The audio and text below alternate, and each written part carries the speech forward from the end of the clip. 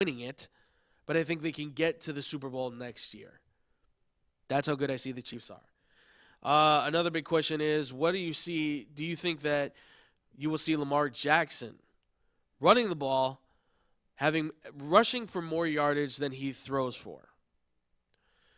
So Ravens are a huge question, right? Lamar Jackson, now the starting quarterback for the Ravens, had a tremendous year last year. Really ran the ball well. Ran for, almost 1,000 yards.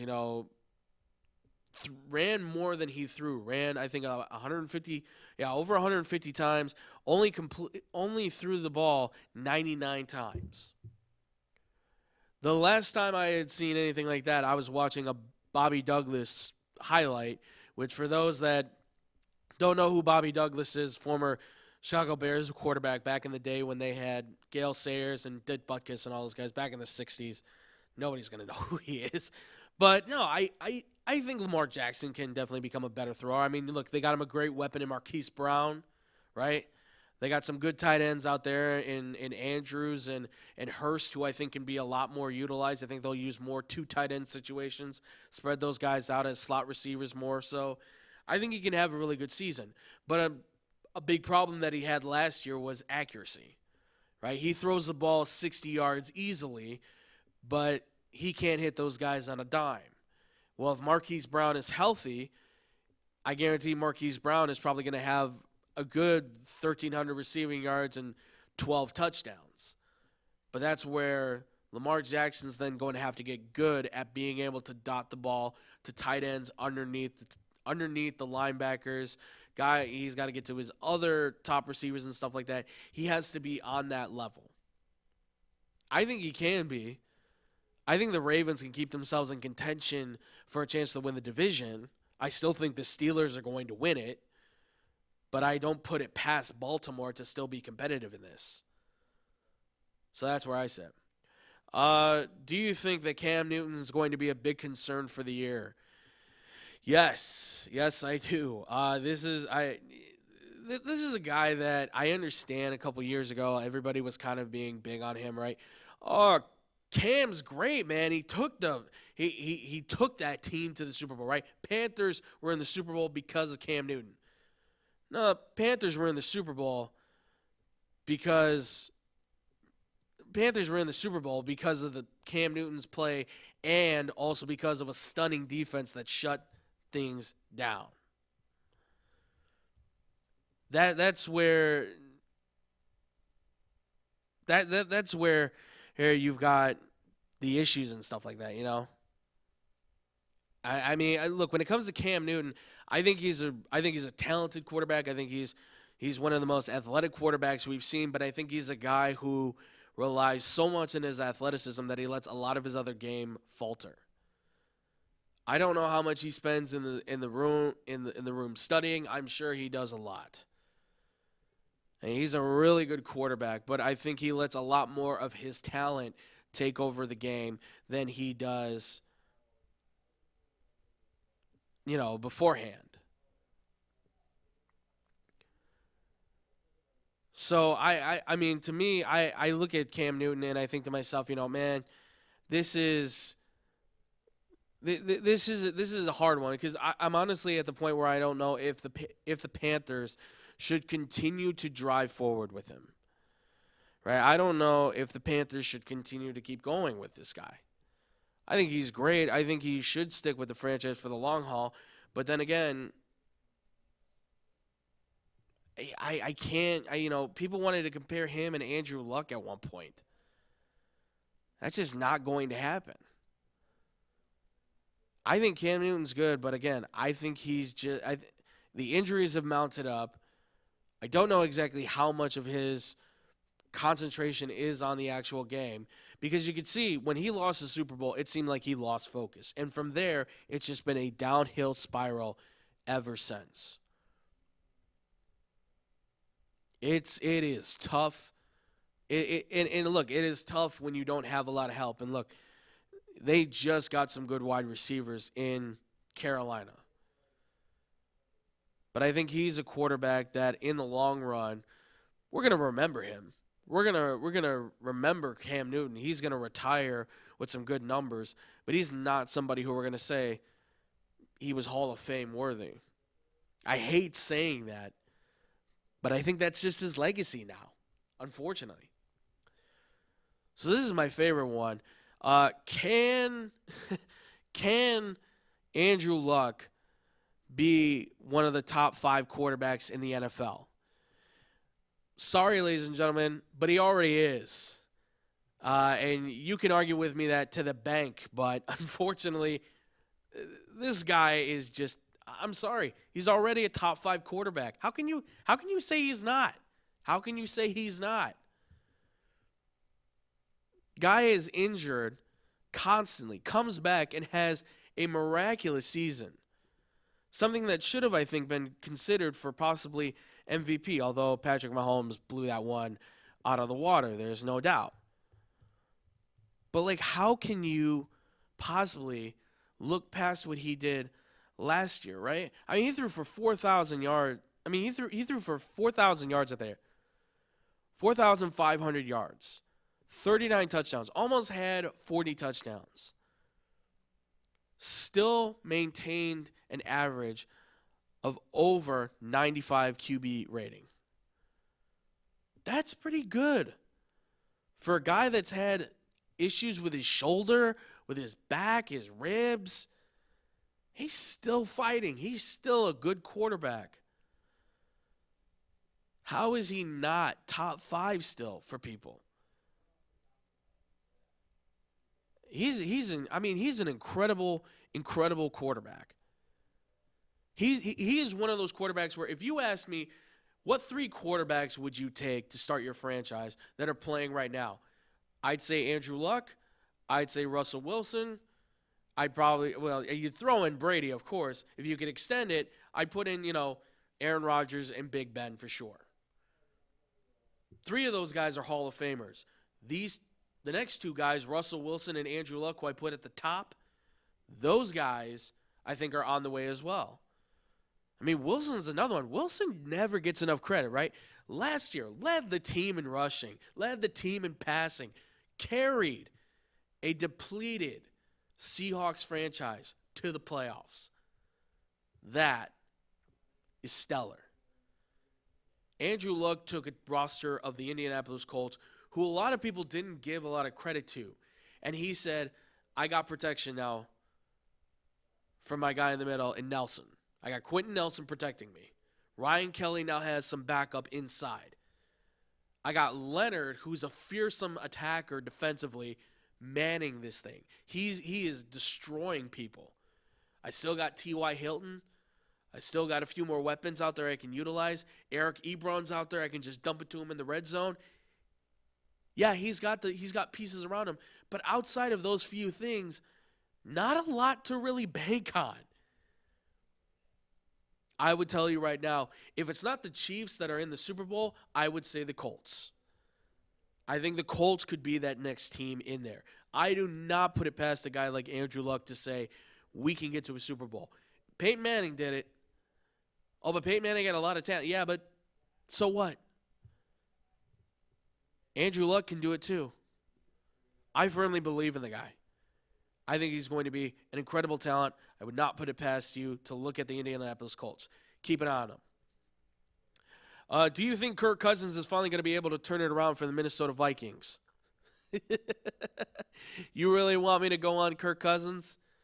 We really want to get on this A train? Because we can do this. Because I'm going to tell you right now, Kirk Cousins ain't turning around anything.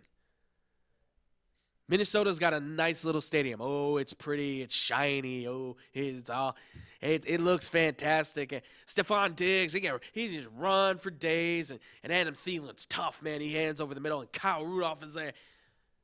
But it's Kirk Cousins, right? Oh, but he's a top 10 quarterback, really. I don't even think he's there anymore. I don't know where Kirk Cousins is at anymore, but he's definitely not in the same mental space that he was at in Washington. Because here's the thing. When he was in Washington, when he was there with the Washington Redskins, not a lot of pressure on you when you're the backup quarterback, right? So all of a sudden he steps into a system now that he's known pretty well with some good wide receivers, makes Pierre Garçon, Deshaun Jackson, both of those guys, 1,000-yard receivers, 4,000 yards for him. Goes to the playoffs, right? And what do the Redskins do? Nothing. What does Kirk Cousins do in the playoffs? Nothing. He doesn't even show up. He's nowhere in that game. I don't think Kirk Cousins can turn around the Minnesota Vikings. I don't even know if this. They have a whole new offense now dedicated to uplifting Kirk Cousins' strengths, they say. But, I mean, look at the Minnesota Vikings offense. Offensive line is a question mark already. There's no real surety if the offensive line is going to hold up. There were injuries to that thing like the Wazoo. Dalvin Cook can't stay healthy to save his life. Luckily, they've got Latavius Murray, I believe it is still. So they're hanging on there to two running backs, one of which who's really just a pound-the-middle running back, and the other one, he should be an all-down every single back, but he can't stay healthy.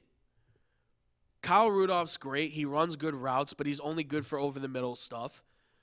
And he's not a speed burner, so you can't rely on him.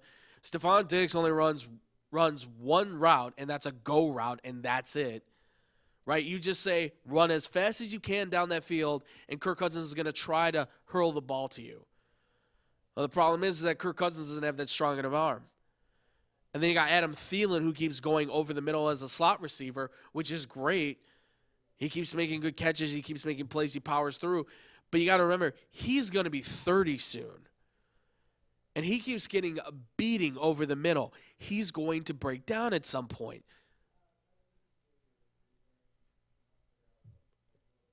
Kirk Cousins, honestly, I mean, look, for what he's done in Washington, that is great. That was great. Was he worth the $84 million guaranteed contract? No. Not even close. I'm sorry. I mean, look, I know the Vikings last year, 8-7-1. People are like, oh, good, right? I know, give him this. 70% completion rating, 30 touchdowns. That's great. Right? That's great. Career highs for him. But, man, it's a lot of money to pay a guy who really is not getting you anywhere farther than you did the year before. And also, too, I'm concerned with what the defense will bring as well. I think there's a lot of questions there for that team. Absolutely a lot of questions. So here's a question from the Saints, right? Here's a question from the Saints. Michael Thomas has now been paid, so what's next for New Orleans? Honestly, without a doubt, best move the Saints could have made. Right? The Saints need to win now. They know they only got Drew Brees for a little while longer. There's not much left for his career that he's already done. Right? I mean, he's going to keep shooting the ball, and he looks like he just keeps getting better. There's never really been a season that I've seen, at least, where he looks like he's off. That's why I love Drew Brees. Drew Brees is my favorite quarterback of all of them. You ask me who's one quarterback you would take to really start your franchise. If you could pick out of any of them, Drew Brees would be at the top of that list. I think him and Michael Thomas are a great connection. I think Michael Thomas getting the 5-year, $100 million extension, I believe it was, smart move. Smart move. He's a talented wide receiver, and the investments you make in those positions are the ones that count now. Everybody throws the football. Everybody has good corners. And where you need your top receivers to really step up, yeah, if he's not going to be in camp and you're the Saints and you have the money to burn on him, go for it. He's a special guy. He's got size, speed, hands, vision, smart. He's got everything going for him. And what's crazy, he came out of a school that is never really been known for throwing the football. And yet they have produced so many good wide receivers, and he's one of the best. I truly think that. I think he's one of the best. 125 catches, 1,400 yards, 9 touchdowns last year. That's insane. And I don't really think it's a question of if he's going to be an issue, if the money's going to be a problem. I think one of his biggest concerns should be who's playing opposite of him. Because now they've let go of Cameron Meredith. I know they've got some decent receivers. They're going to try and figure out exactly who's going to be there. I think it's going to be fine. I think it can work. I think they can find a good wide receiver. Because here's the thing. Drew Brees makes a lot of these receivers they have better. You think Marquise Colston was good because he was a decent as a receiver just by himself? Well, he was big, he was strong, he had some speed. So there's an argument to be said, yeah, he was probably pretty good already on his own. But he was a 7th-round pick coming out of Hofstra. And Drew Brees, honestly, I think made him a spectacular receiver. He's the all-time leading receiver in the history of the Saints organization. And I think Michael Thomas is just the new Marquise Colston. But he is Michael Thomas. He is not Marquise Colston. He's something completely different from Colston. Yeah, he doesn't have Lance Moore. He doesn't have Davari Henderson.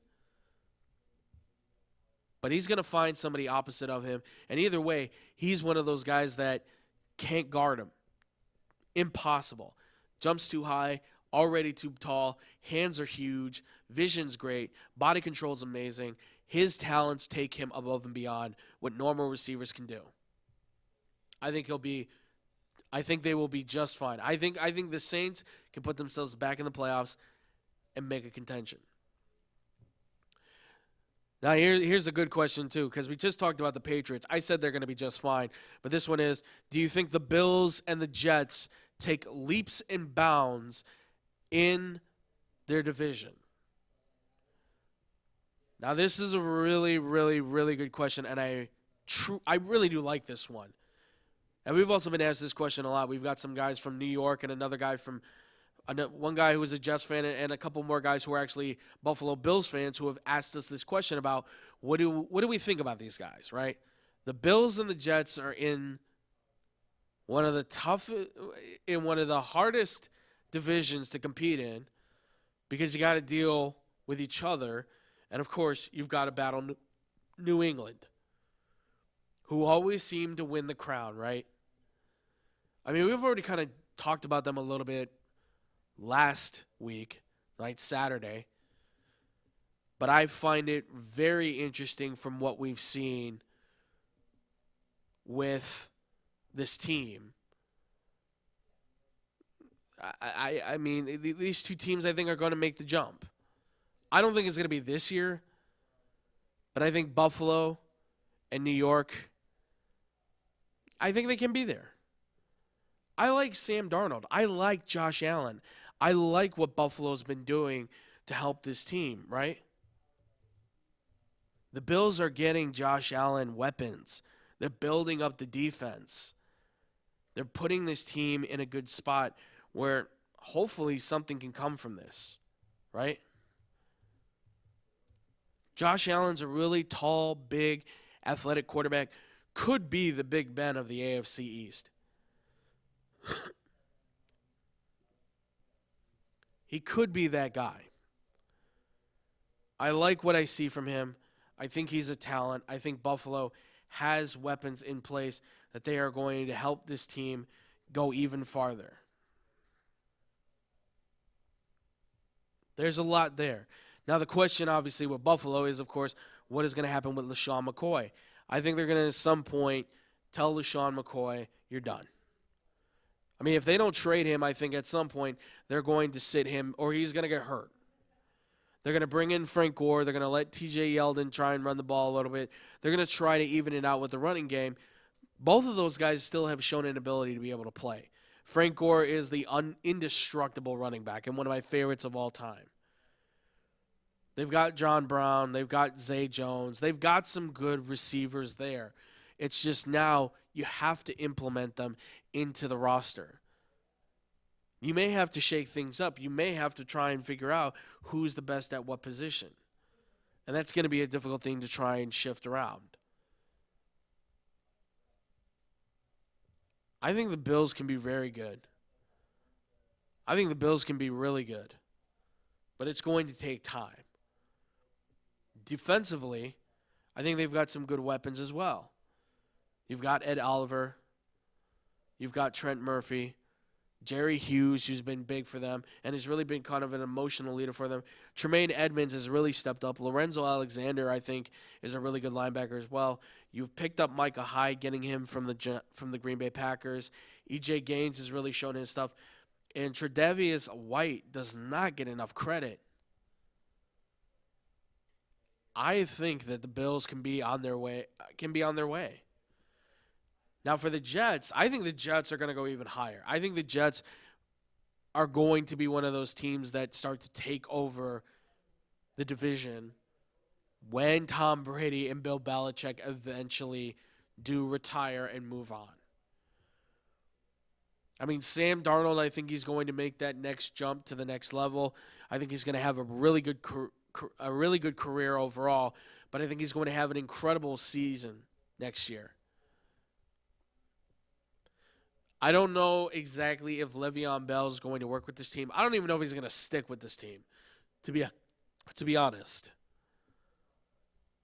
I really can't say if I think Le'Veon Bell is going to stick with this team. But you know that he's going to play for that money. Oh, yeah. He's going to play for that contract for sure. I like Robbie Anderson. And then Unwa, I like him as well as a wide receiver. Jamison Crowder's been proven to be a pretty good pass catcher. I mean, they don't have elite receivers there, definitely. But if Sam Darnold is the type of passer he is, and him and Robbie Anderson can really start to connect more, I think Robbie Anderson can be one of those wide receivers that comes from nowhere and becomes an actual top playmaker. Because he's 6'3", about 195 pounds, so he's got the size. He's got good hands. He's got good vision. I think there could be something special in the Jets. The offensive line, I think, is still a big question mark for them as well. But I think they can solve that through what they've got right now. At least to be manageable for what it is at this point. Defensively, I think they're going to be good. I think Quentin Williams, I think Leonard Williams, I think they're going to be fantastic players. I think C.J. Mosley is going to really step up with Avery Williamson and be two of the top middle linebackers we've seen inside the league this year. Jamal Adams is going to continue to grow and get better. I mean, that guy right now is one of the most definitive safeties in the league. He hits hard. He hunts guys down. I mean, he's at the top of his game. I think the Jets can really be out there. I think the Bills can really be out there. I think those two teams are going to emerge, but a lot of that also depends on when it all ends for Tom Brady and when it all ends for Bill Belichick. Because as long as Bill Belichick's the coach, even when Tom Brady's gone, I will never put it past the Patriots to win the division. It is going to be hard to do that. It is going to be extremely hard to do that. So here's another one, too, I wanted to also jump to. Can San Francisco be a good team again? Honestly, I don't know. I don't even know if we can classify them as a good team now. I will say I think they overpaid for Jimmy Garoppolo. I think paying him all that money for even what he had shown in New England and this brief time with the San Francisco 49ers was a bit of a gamble. I get it. You find a quarterback that looks like he's successful, that you like. You want to kind of keep him and make sure that he's locked and closed under lock and key, right? I understand that completely, but you have a completely different team now from where you did last when he first came in and he was successful, right? I mean, Kittles is a great tight end, don't get me wrong. Adding Tevin Coleman to the running situation is great. Picking up Deebo Samuel, I think, was really good. Getting D Ford on the defense, I think, is fantastic. But offensively, I just don't know if Jimmy Garoppolo is going to be at the high potential success level that we all think, right? I think he's a good quarterback, but I think the 49ers need to make sure there's talent around him. And I get Kyle Shanahan is a very innovative, he's very young, and he wants to do wild and crazy things with his offense, and I'm sure it'll work in his first year. But I don't think in the long run it's going to be good for the 49ers. I feel like in the long run, things are going to potentially fade out for this team. Things are going to be a little bit difficult for this team in the long haul on just how everything's going to really work out in the end. I think, honestly, I look at the 49ers and I think it's just going to be an 8-8, 7-9 season at best. I don't see high-range success coming from them anytime soon. Again, I like Jimmy Garoppolo. I mean, he's a hometown hero from here, right? Comes from Rolling Meadows, went to Eastern Illinois, put up all these numbers, right? Hey, great guy. Won a Super Bowl as a backup quarterback. Filled in great for Tom Brady. I just don't know if him and the 49ers are going to be as successful as people think they are. I know Kyle Shanahan did a little bit of something with the Niners, but I just there's something in my gut that just says when it comes to San Francisco, there's going to be a bit of a disappointment in how they think this thing is going to shape out. So one of the other questions I want to get to when it comes to when it comes to quarterbacks, which I love, is the whole question of what do you think is going to happen in Tampa Bay? Right? Will Jameis Winston make or break this season? That is a huge question, right? I mean, a lot of people in Tampa really want to get that one answered because, man, Jameis Winston was the number 1 overall pick at one point. You remember that when he was the number 1 overall pick? He was this young guy coming out of Florida State, won a national championship, won a Heisman Trophy in his freshman year. Oh, he's so successful. And what has he done, right? What has he really, truly been for his career? Now, I will say his career stats, not bad, right? 61% completion rating, 88 touchdowns, 58 interceptions, right? 87.8 quarterback passer rating. He even adds 9 rushing touchdowns for good measure. 14,000 passing yards doesn't sound like a lot, though. That's a bit of an iffy number there, to be honest. Look, Jameis Winston, I think, is still a decent quarterback, right? First 2 years, he threw for 4,000 yards. And then it was 3,500 in this third year. And this last year now, because he's had to been suspended for a couple games, and because he kept getting swapped in and out with Ryan Fitzpatrick, he only threw for 2,900 yards, just under 3,000, really. I mean, the numbers look good. I think he can still be a good quarterback. But we always bring it back to one thing with him. Maturity, right? Maturity is always one of the big names of the game. I don't know if Jameis Winston is mature enough to handle things, right? Because if you're mature enough to handle things, then maybe you don't go and, go do stupid things that get you suspended day after day. Right? You don't get involved in those situations. I don't know. I mean, to me, Jameis Winston, honestly, I don't know if he's going to actually make it through this season. I love Bruce Arians, and he's done great with young quarterbacks in the past, but, man, I can't trust a guy like Jameis Winston to stay off the field and stay away from problems. To me, I think he's just going to falter. I don't know if he's even going to have that good of a season because the seasons seem to just keep getting worse and worse. I'm sorry, Jameis, but you're not eating any kind of W's lately. You just seem to be eating a lot of L's, that's all. So one of the final things that I'm going to finish this one out on, and this actually comes from a fan question. This comes from one of our guys, Kerry. He actually is from Nashville. So Kerry has asked the question of, what do you think that the Tennessee Titans are going to do, and how do you think Mike Vrabel is going to finish away from the rest of Bill Belichick's apprentices and assistants? First off, I really like the question. Thank you again, Kerry. I really do appreciate it. So here's the thing. This is one interesting one because I wanted to talk about this for a while now. New England is always known for having great head coaching candidates, right? That is one of the best things about New England. They always have the next great head coach, right?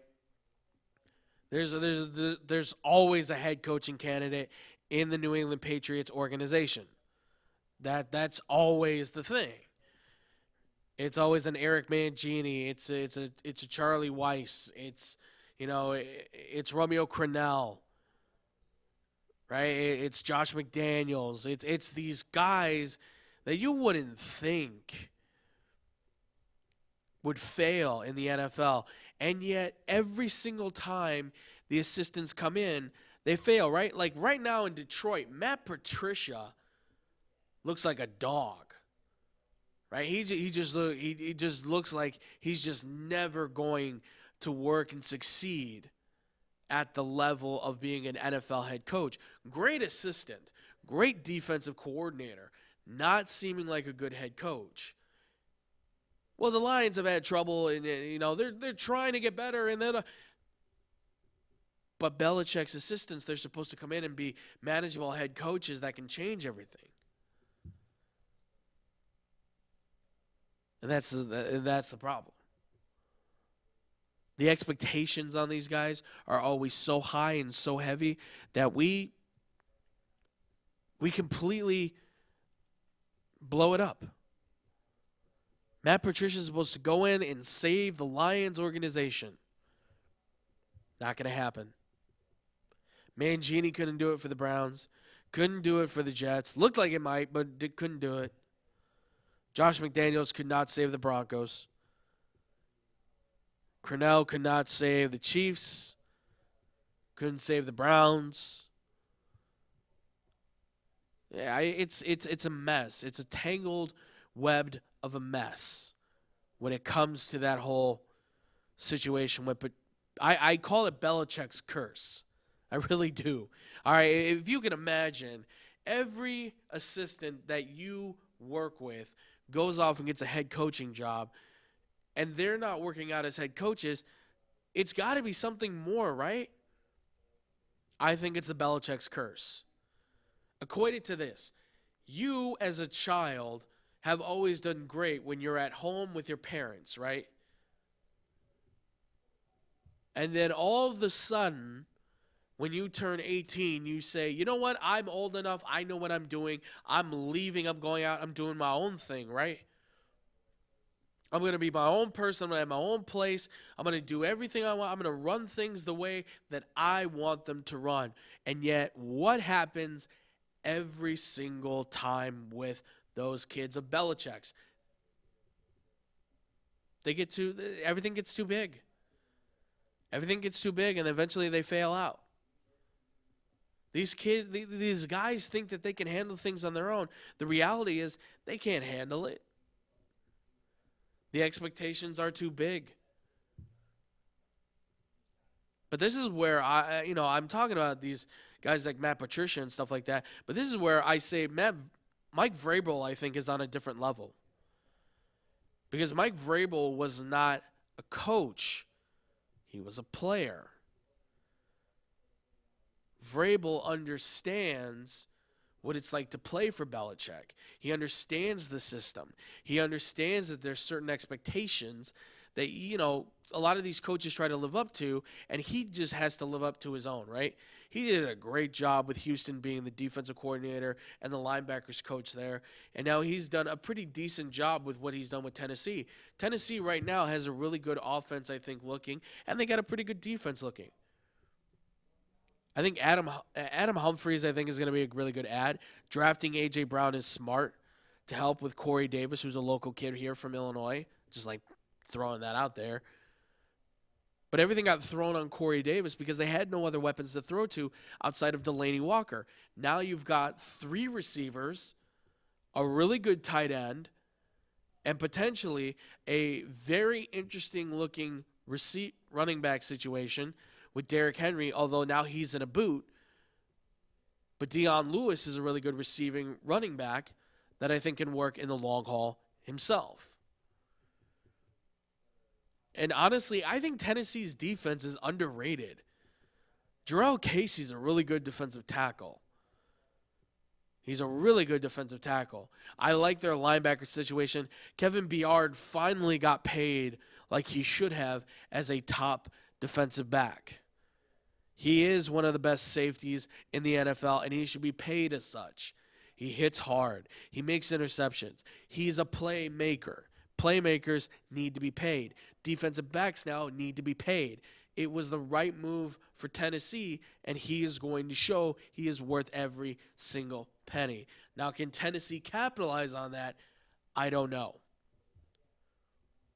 I think Mike Vrabel can manage the situation, but I think Mike Vrabel is also a guy that is going to struggle at the same time because he's got one position that you need in the NFL now more than ever that needs to be locked down, and I don't think he's got it.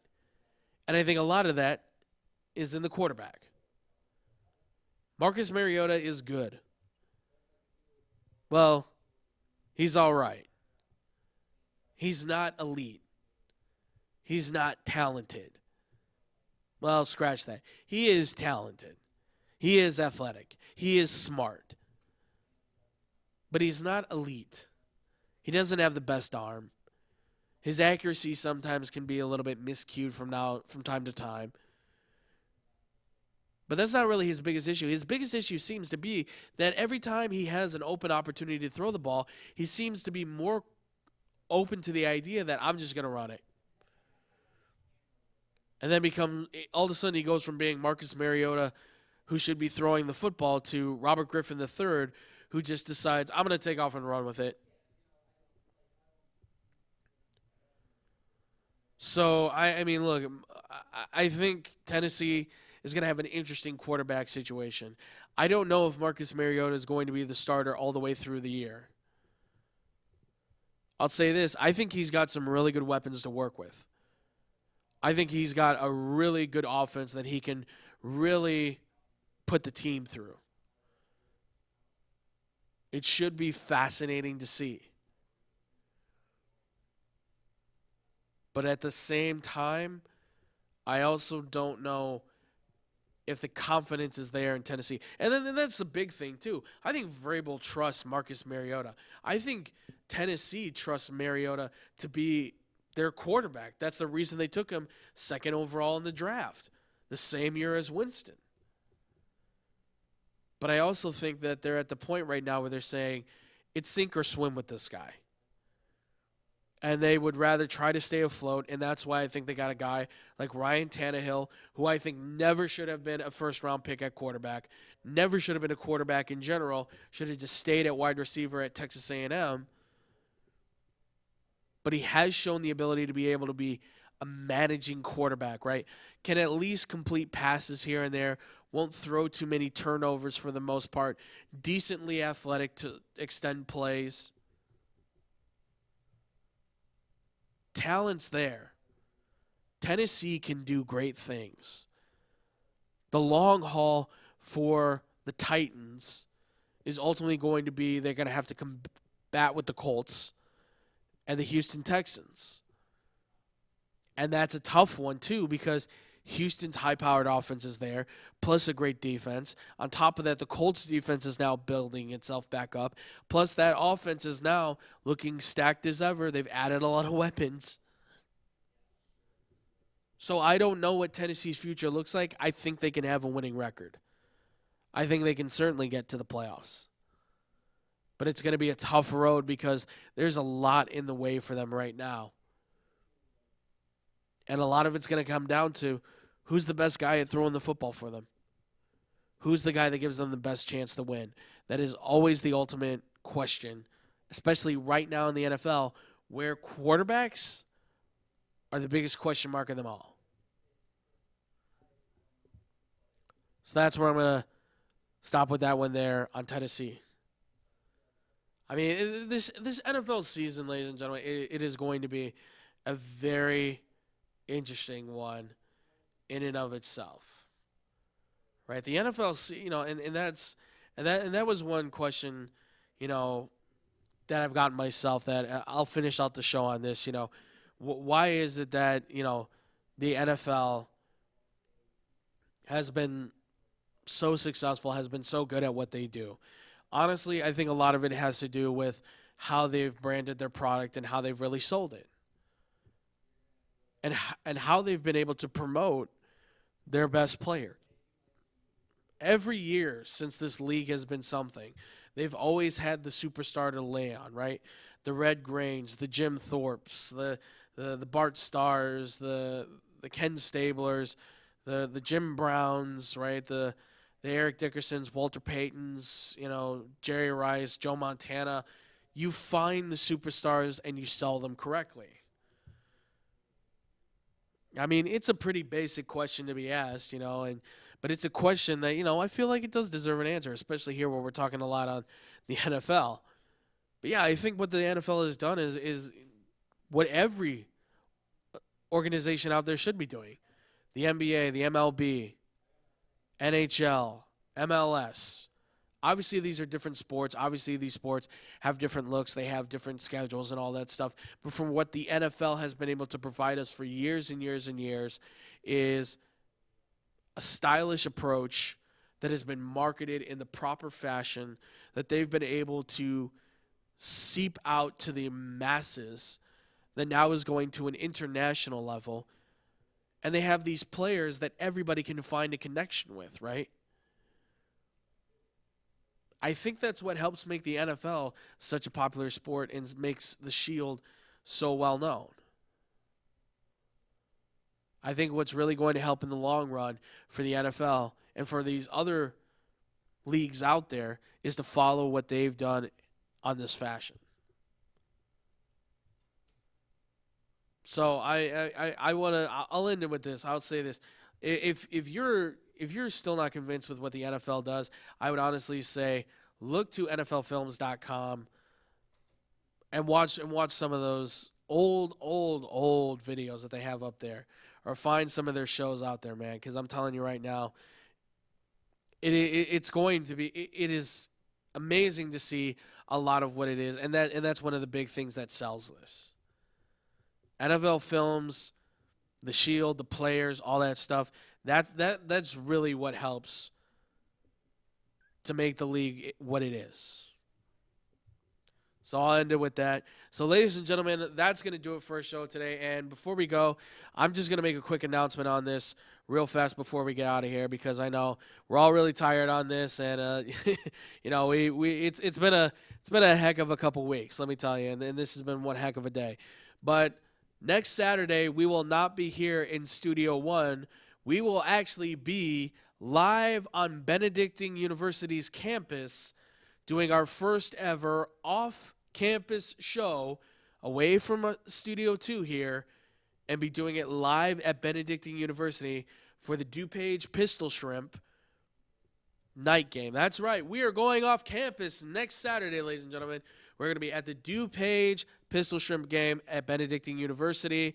If you guys can find it, it's with a baseball field right next to their football field. Very easy to find in Lisle, Illinois. So, guys, make sure if you want to come see us live, you want to come check us out, actually meet us in person, whatever it is, you guys can meet us there. We're going to be doing our live show. I believe it's going to be normal time. If anything does change, check out our Twitter at XBomb Sports, our Instagram at XBomb Sports, or our Facebook page at Team XBomb Sports, where the announcement will be what time the show is and everything, what will be included in that. Because right now we have right now we're trying to see if we can get an interview with the coach for the DuPage Pistol Shrimp, the assistant general manager for the DuPage Pistol Shrimp. So we're trying to set all that up. Plus, Tom will hopefully be here, so we'll be talking on the MLB trade deadline, all the big moves that happened, because trust me, there were a lot of big moves that happened, and I'm sure a lot of people want to tear into that. Trust me, I wanted to myself. I can't believe some of the stuff we saw happen, but we'll get into that and all that baseball stuff there more live at Benedictine University for the DuPage Pistol Shrimp game. 2:30 start is what we are shooting for. If anything does change, we will update you guys. So make sure to follow us on Facebook at Team X Bomb Sports. You can find us there. Seasons 1 and 2 are there as well, so make sure to go check out the OG episodes where we first started to where we are right now. You guys can also see the original episodes in there. You can also find us at our Twitter. I started to repeat myself again. You can find us on our Twitter at Team X Bomb Sports. Follow us there with all of our updates and information. Follow us on Instagram at Team X Bomb Sports, where we post the new episodes. We also post some pictures and videos and stuff. We're trying to utilize the social media as well. Guys, there's a radio show that's going on called Putting Up Points. Jake Bradley, Tyler Prickett, they do the radio show.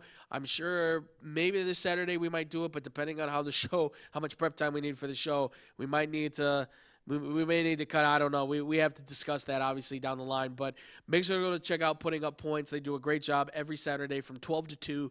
These guys are amazing. They do a tremendous job, and I couldn't do all this without them, even though they're not here today. But still love you guys. Make sure to go check them out. And also, too, make sure to go check out the Respawn Cast on Twitch.tv. They stream video games every Tuesday and Friday on Twitch.tv. The Respawn Cast, one word. Go check them out. Kevin Cat Shack. They do a great job, guys. And I think that is, oh, yeah. And, of course, subscribe here to this YouTube page at X-Bomb Productions. Like, comment, subscribe. Give us all the love in the world. Ask us your questions and comments, all that good stuff. We want to hear from you guys all the time. And with that, ladies and gentlemen, I think that is going to do it. So we're God, I'm exhausted. But I hope you guys have enjoyed this one. So we will see you next Saturday on the Benedictine University campus live and the show. Thank you all so much for watching. We'll see you then. Much love and peace out, Boom Crew.